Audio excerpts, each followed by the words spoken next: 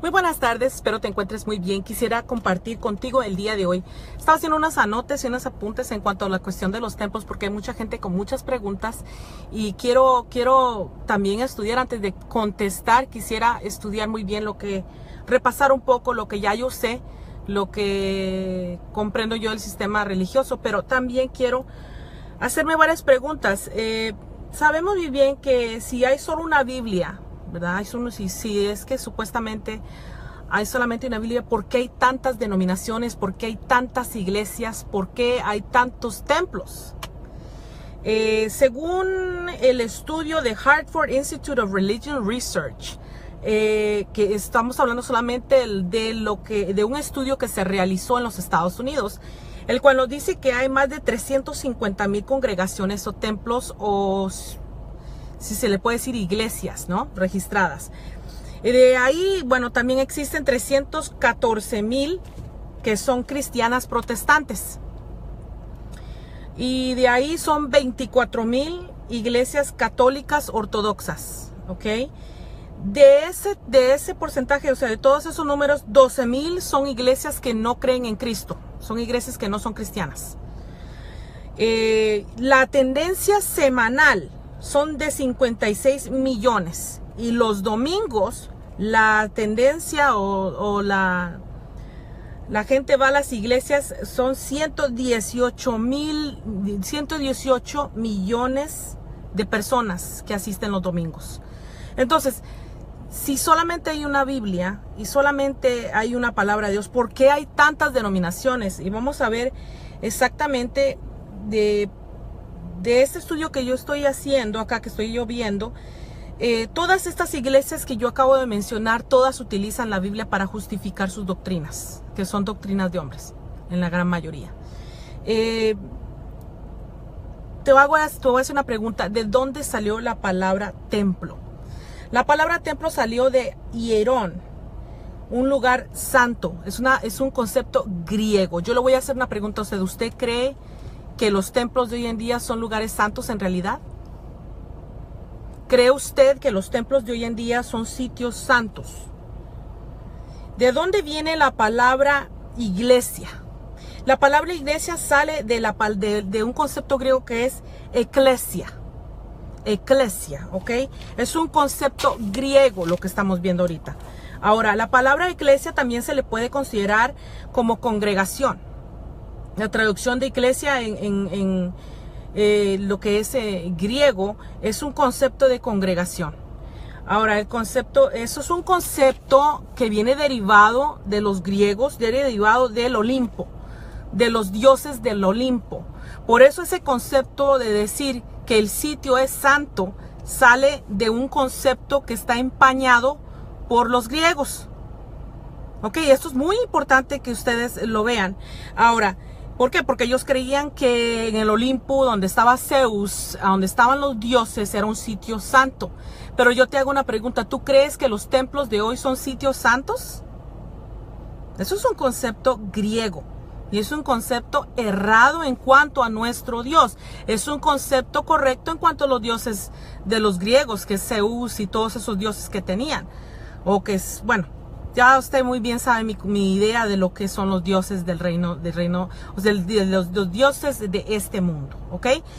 No tiene nada que ver con el reino de los cielos de nosotros. Nuestro Dios claramente nos ha hablado por medio de su palabra en Hechos 7:48. Ahorita no tengo mucho tiempo para leer esa parte de la Biblia. Quiero que tú vayas, escudriñes y veas Hechos 7:48. Ahí se deriva de algo. Es un comentario que está haciendo Pablo de algo que dijo Isaías, el profeta. Esto se va a encontrar en Isaías 66 del 1 al 2.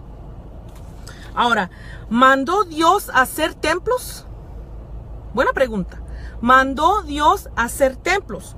Vamos a ver Hechos 17 del 16 a 25. Ahí te darás cuenta que Dios no habita en templos. Entonces, al leer esto, quiero que entiendas que cuando nosotros vamos a leer Hechos 17 del 16 al 25, te vas a dar cuenta que Dios no te va a mandar a ti a hacer Dios no te va a mandar a ti a hacer algo para adorarlo a Él. Dios no nos va a enviar a hacer templos para adorarlo a Él. Esa no es la idea o la intención del corazón de Dios. La idea es que nosotros directamente como creación le adoremos a Él en espíritu y en verdad tal y como somos. Él no va a mandarnos a hacer muñecos, a hacer templos, a hacer absolutamente nada, ningún tipo de creación para que nosotros lo busquemos a Él en espíritu y en verdad. Ese es un punto que tenemos nosotros que confrontar y darnos cuenta cómo los conceptos griegos han empañado la definición de las cosas como tal y como Dios las quiere, tal y como deben de ser, ¿ok? ¿Por qué te digo esto? Pues tenemos que escudriñarlo porque Jesús nos mandó a decir en Mateo 24:4 que no nos dejemos engañar. Y una de las cosas que ha sucedido con la palabra es que ha sido empañada por conceptos griegos, por conceptos aún hebreos. Ok, entonces hay que ir a ver exactamente cuál es la intención de Dios, porque Jesús a eso vino, a mostrarnos la verdad, a hablarnos de la justicia de Dios, a mostrarnos cómo es que al Padre le agrada esos adoradores en espíritu y en verdad. Ahora, si tú vas y lees Hechos 17, del 16 a 25, te darás cuenta que Dios no necesita que tú y yo tengamos objetos para adorarlo a Él. Segundo, ¿ordenó Dios construir templos en Israel? ¿Quién fue el que le ordenó a David? ¿O quién fue el que le ordenó a Salomón que hiciera el templo? Ya que a mucha gente no le gusta confrontarse con la realidad de que hay un falso Dios usurpador que le gustan los templos, que le gustan los sitios, porque para él todo esto es una broma y es un negocio. Entonces, aquellos que no quieren darse cuenta quién fue en realidad quien mandó a Salomón y a todos estos israelitas a hacer templos, ya tú sabes muy bien quién es el Dios que necesita templos. Así que abran los ojos, por favor, porque ese es el Dios que le sirve a la Iglesia Católica. Ese es el Dios dueño de esta tierra en este momento, porque se robó lo que le pertenece al Dios vivo, al Dios altísimo. Ahora es cierto, ¿quién le va a robar a Dios? Este diablo, esos diablos creen que pueden ser mucho más inteligentes que nuestro Dios. Por favor, ¿ok? Dios no necesita ser adorado por medio de objetos o sitios. Él quiere ser honrado por su creación, tal y como somos. Y eso es muy importante verlo. También les sugiero que lean Marcos 13, del 1 al 2, que dice que no quedará piedra sobre piedra, porque Jesús no estaba hablando simplemente de un sitio hecho o elaborado por mano de hombres, sino está hablando de lo que Dios tenía ya proyectado hacia un futuro como un templo. Y somos nosotros. Se me atoró la garganta. Ok.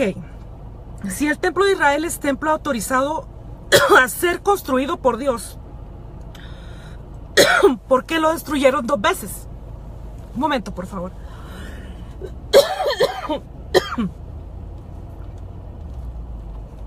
Se me fue el aire, perdón.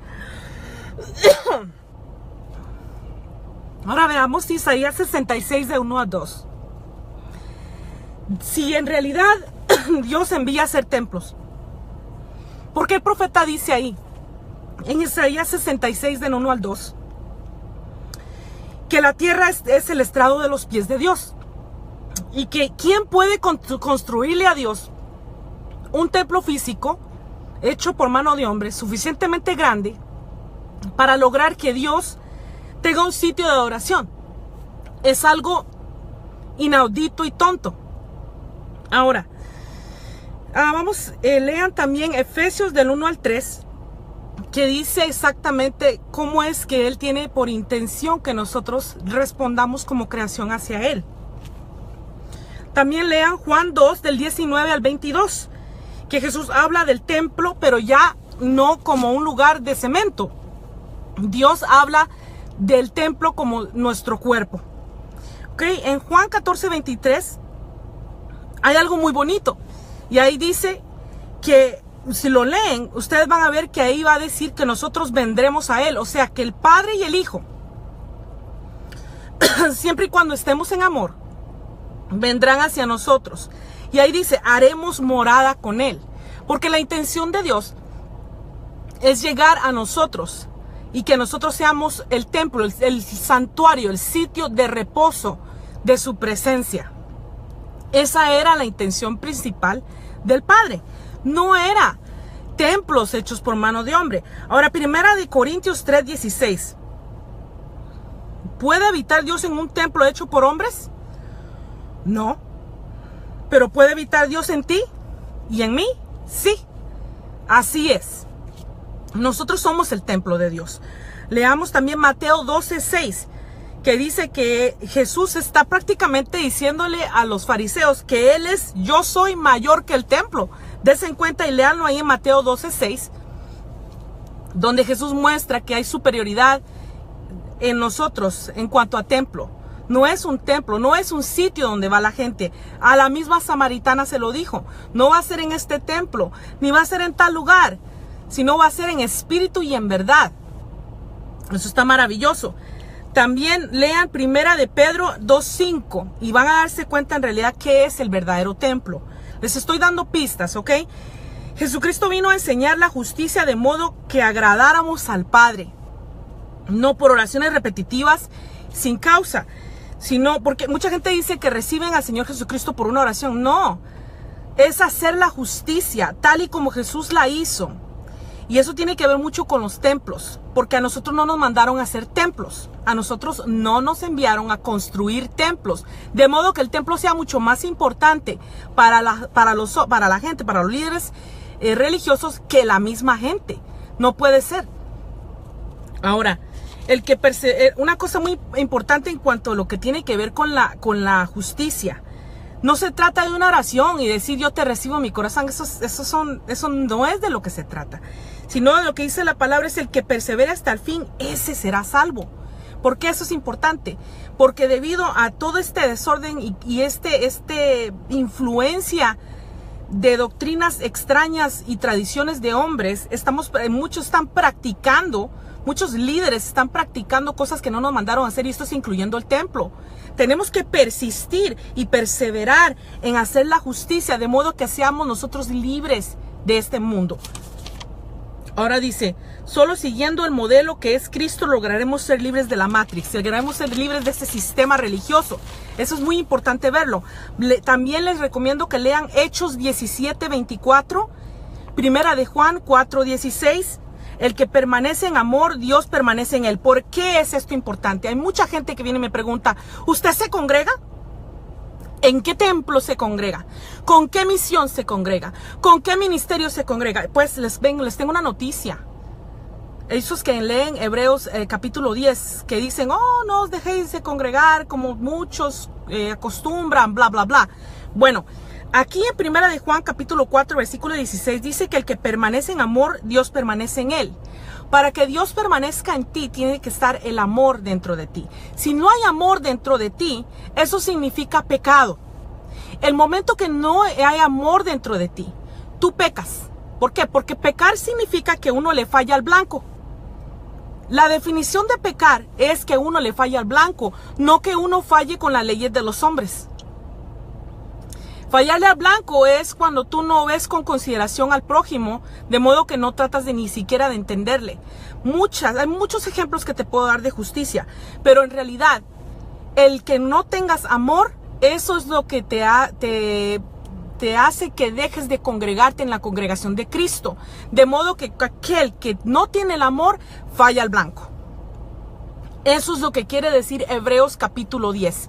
No quiere decir que no dejes de ir a templos. No quiere decir que tú pecas por no ir al templo. No quiere decir que tú eres excluido del plan de Dios por no ir a un templo hecho de piedra. Eso no es lo que quiere decir. Aunque estos sinvergüenzas, mercaderes, han hecho este tipo de mentiras para poder llenar sus templos y sus sillas, para poder colectar ofrendas y diezmos, porque para ellos es mucho más importante la ofrenda que ponen en sus templos que la gente que es de Dios. Y ese es un punto muy importante que tenemos que ver. El lugar más sagrado para Dios eres tú. No es un sitio, no es un lugar. No es como que vas para Israel y te tiras al suelo porque Jesús pisoteó ese lugar. No, ese no es el lugar más sagrado de la tierra. El lugar más sagrado eres tú. Al permanecer en justicia y en amor, nosotros somos el sitio más sagrado que existe. Así que no dejemos ese punto de vista, porque hemos sido empañados, hemos sido influenciados por los griegos. Abran sus ojos. Eso es lo que en el reino de los cielos es aceptado por morada.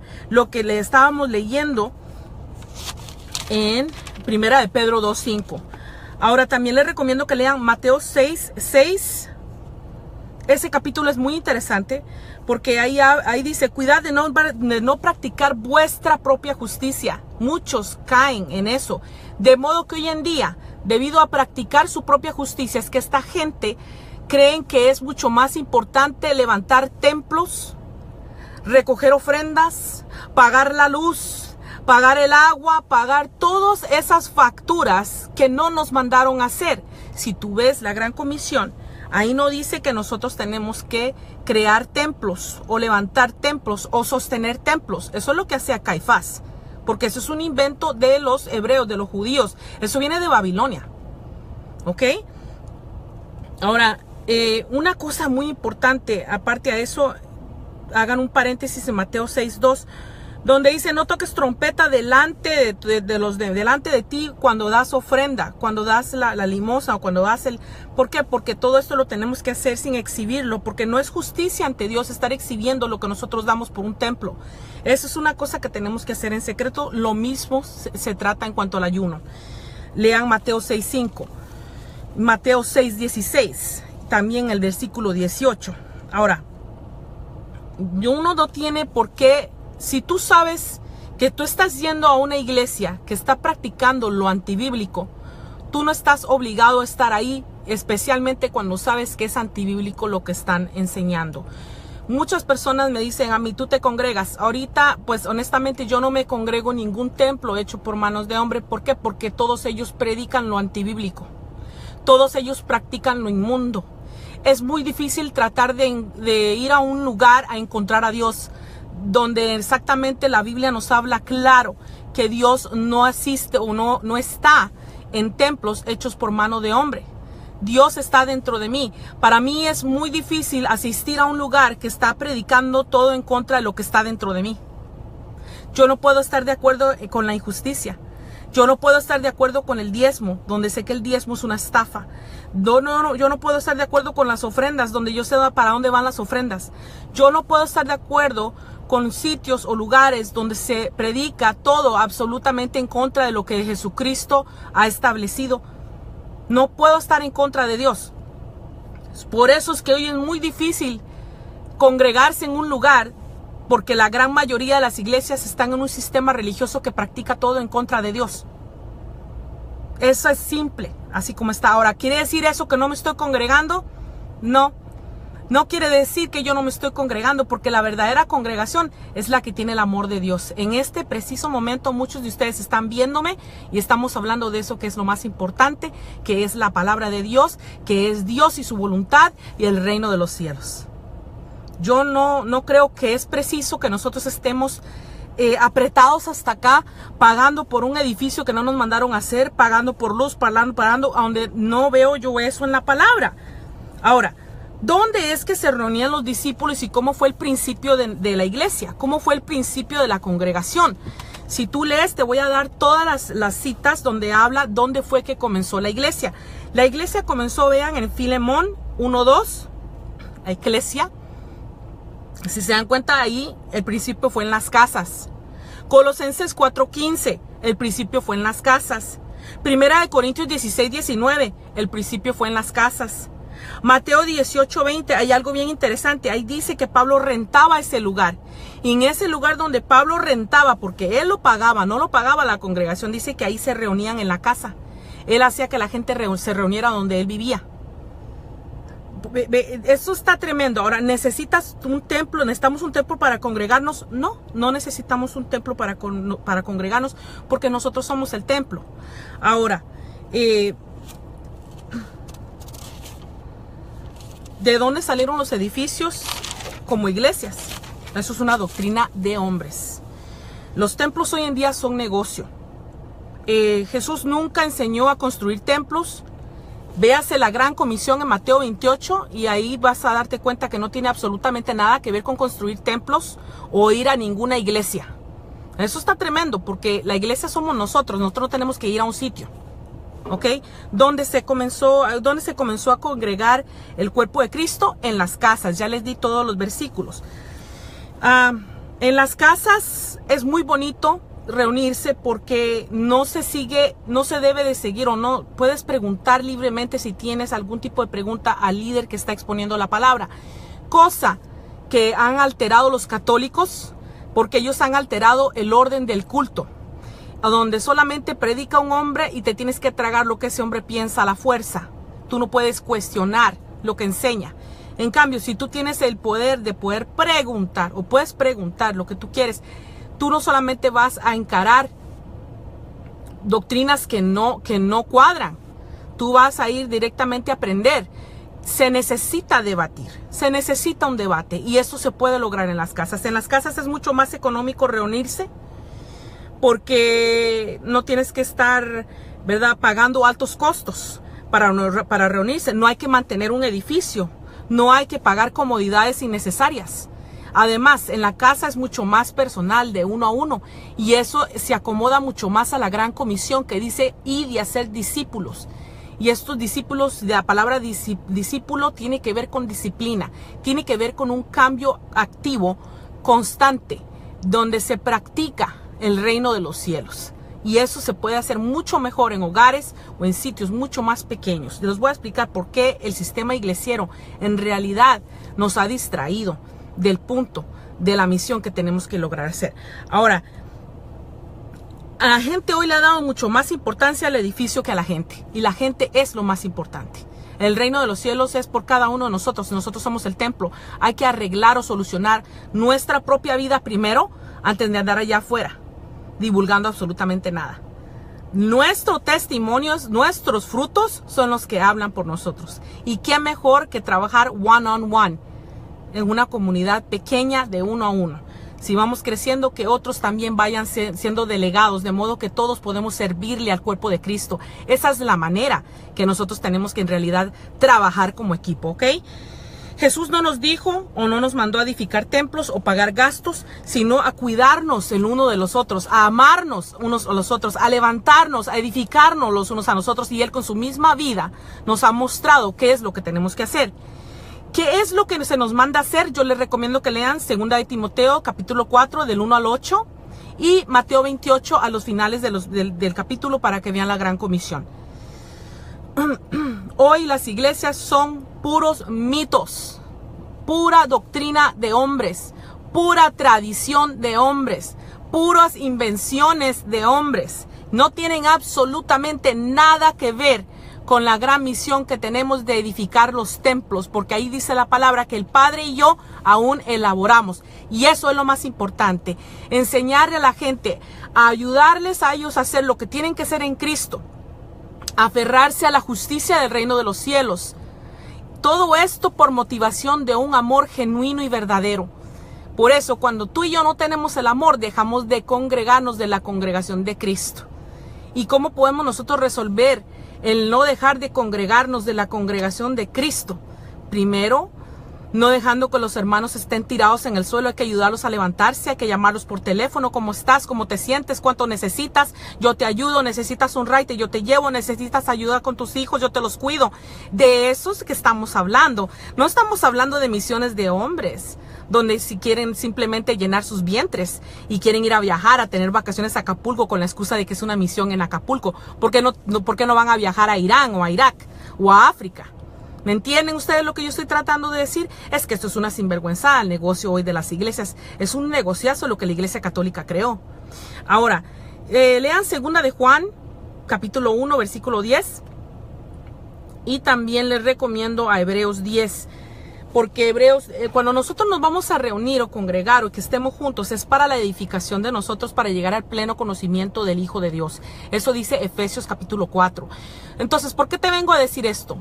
Porque toda la gente allá afuera están con el error o con la idea errónea de que congregarse es ir a un templo y que si no vas al templo estás pecando.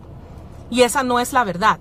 El Señor Jesucristo no nos envía a templos para reunirnos, para ir a ver a las cantoras, para ir a ver al director de alabanza, para ir a ver un show donde hay luces y humo, para ir a ver gente gritando como locos y riéndose como estúpidos, diciendo que el don de la risa es risa santa, inventando cosas que son completamente antibíblicas. Por eso es que hoy yo no me congrego en cualquier lugar, porque la gran mayoría de las iglesias del día de hoy están practicando la inmundicia. Están practicando todo lo que nuestro Señor Jesucristo, están en contra de todo lo que nuestro Señor Jesucristo nos enseñó. Comenzando con sostener templos, con sostener hombres sinvergüenzas. Por ejemplo, si tú ves la palabra de Dios, te das cuenta que en el tiempo de la iglesia primitiva habían ancianos.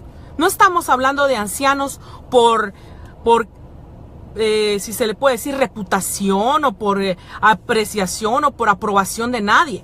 Estamos hablando de gente literalmente anciana, que tienen sabiduría, que tienen inteligencia y experiencia para juzgar las cosas. Ese cochino concepto de que han desviado los religiosos en cuanto a juzgar, que dice ahí que no juzgues para que no ser juzgados. Está hablando de una cuestión moral, está hablando de una situación de hipocresía interna. No está hablando de no tener jueces en la iglesia. En la iglesia tienen que haber jueces, tienen que haber ancianos, tienen que haber personas con sabiduría para juzgar las cosas entre los santos. ¿Por qué es esto tan importante? Jesús nos habla y nos dice que hay que juzgar no por apariencias, sino con juicio justo. Se necesita tener gente mayor y adulta. En aquel tiempo, como los viejitos ya no podían trabajar y no se podían sostener, ahí es donde se les pagaba a los viejitos, a los ancianos, no como pagarles, sino que era una ayuda económica, porque ellos estaban apoyando a la iglesia en ese tiempo a ser jueces entre la congregación. ¿Por qué es esto importante?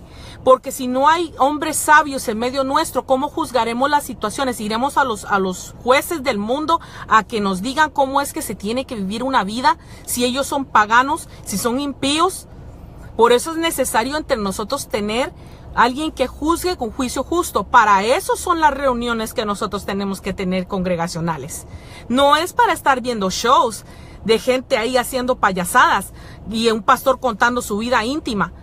O sea, pero si nosotros nos reunimos, vean ahí como dice Hebreos capítulo 10 y en adelante también, donde Pablo nos dice si nos reunimos es para edificarnos, no para hacer las payasadas que las iglesias de hoy en día hacen, no para cumplir requisitos de hombres o tradiciones de nadie. Yo no voy a ir a Benecer, Honduras, para ir a hacerle el legado a nadie. Eso no es bíblico, es antibíblico. El legado es de Cristo y el que es cabeza de la iglesia es Jesucristo y nadie más.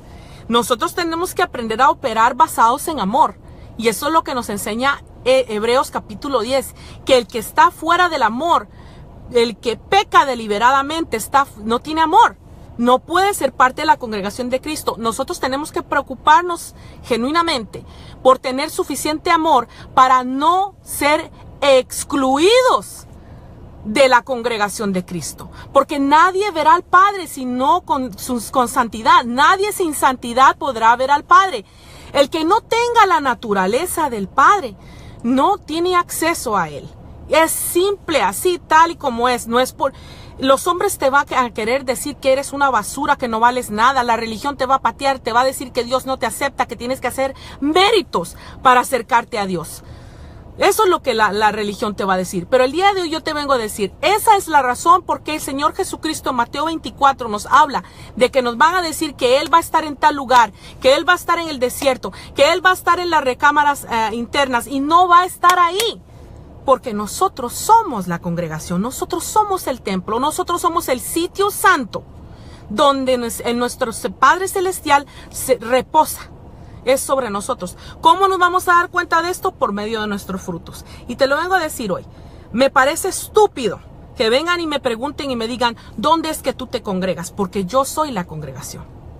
Yo tengo el amor de Cristo. Aunque tenga las pruebas, aunque haya fallado, aunque haya caído, siempre vuelvo a Dios. Siempre vuelvo al Padre. Y lo mismo te digo a ti.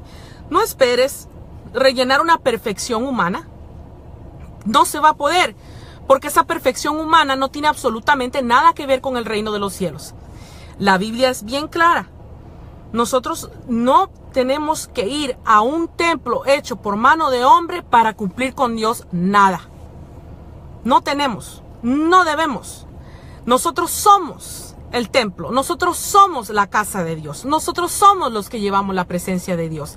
Así que no te dejes engañar y ya tenemos que darnos cuenta que ese es un concepto griego debido al Olimpo, debido a Zeus, debido a sus dioses. Pero la pura verdad de esto es esto. Jesús nos vino a enseñar la justicia. Jesús nos vino a enseñar la santidad como es, como es en el Padre.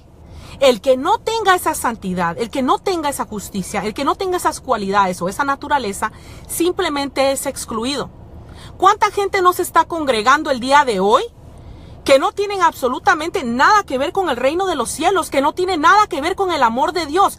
Son un montón de clones o zombies que lo único que les han enseñado en las iglesias del día de hoy es a odiar y apuntar a los demás. Sí, hay que ser juez y hay que ver y examinar bien las doctrinas, pero eso es muy diferente a lo que están haciendo el día de hoy los evangélicos, religiosos, cristianos de miles de denominaciones. Todos agarran la Biblia para justificar sus faltas, para justificar sus concupiscencias. Tienen maestros según sus concupiscencias.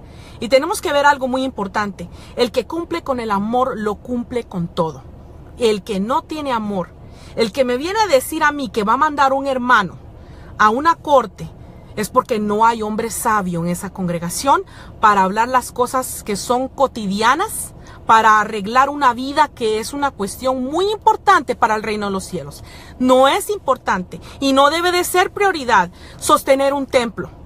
Los templos en cualquier momento se destruyen y se caen. Pero ¿qué es importante? Que tú y yo como templo de Dios operemos según la justicia de Dios. Por eso es que la gente es más importante que los templos. Si la gente se le trabaja el carácter, se le trabaja el amor, se le trabaja el perdón, se le trabaja la compasión, usted va a ver cómo esa vida, al solamente cambiar una sola vida, tocamos todas las personas que están alrededor de esa persona. Y no hay nada más especial que repartir el amor de Dios, que repartir su sabiduría, su justicia, su compasión. No hay nada más importante que lograr enseñar a otros a discernir en los tiempos en los cuales se están viviendo, discernir las doctrinas que se están dando, observar detenidamente qué es lo que se practica de estos lugares. Porque en realidad la gente va a las iglesias y salen igual.